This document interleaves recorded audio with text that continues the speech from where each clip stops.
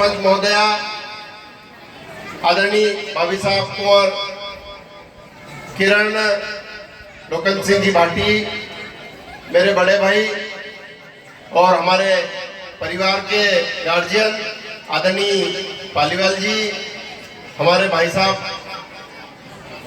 बाबू भाई और यहाँ के प्राचार्य महोदय, मेरे छोटे भाई राजेंद्र सिंह जी खींची साहब, उप सरपंच दमामी साहब, उपस्थित गांव के महानुभाव और सबसे महत्वपूर्ण प्यारे बच्चों, आदरणीय दमामी जी ने कहा है बच्चों कि इधर इधर सुनोगे बेटा।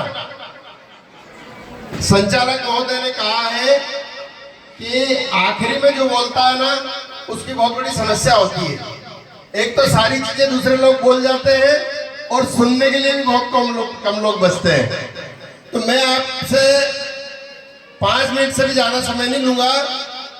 मैं आपको एक बात कहना चाहता हूं कि आज का जो ये स्वतंत्रता दिवस हम मनाने जा रहे हैं, इसको हम क्यों मनाते हैं?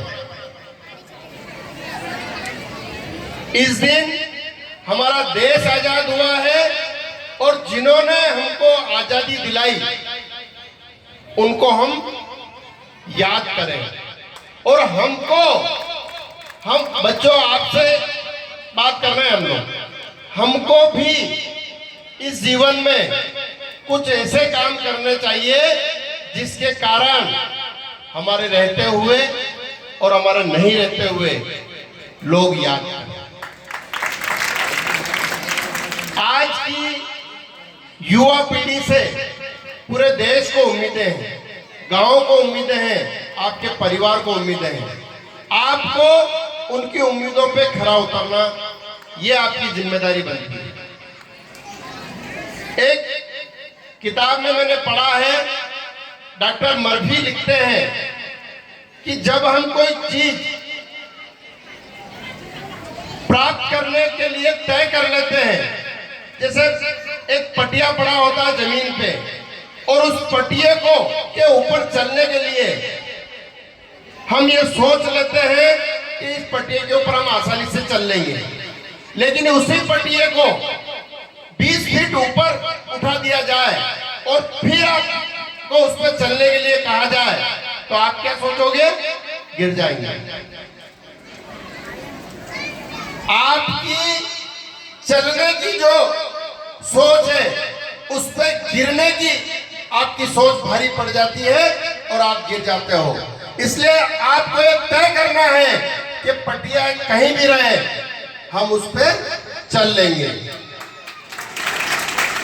स्वतंत्रता हमको मिली है देश में जीने के लिए, जिसने हम में से किसी ने गुलामी नहीं देखी, इसलिए हमको गुलामी का एहसास भी नहीं है। लेकिन आज हम कितनी चीजों के गुलाम बने बैठे हैं उनका एहसास आपको होना बहुत जरूरी है। ये टेक्नोलॉजी का युग है, आपके सबके पास में एक मोबाइल है, उस मोबाइल का सदुपयोग होता है लेकिन उसका दुरुपयोग भी होता है। यदि आप बच्चों उस मोबाइल का सदुपयोग करो तो आपको जीवन में सफलता मिल सकती है और उसका अगर दुरुपयोग करा तो आप जीवन में असफल हो सकते हैं।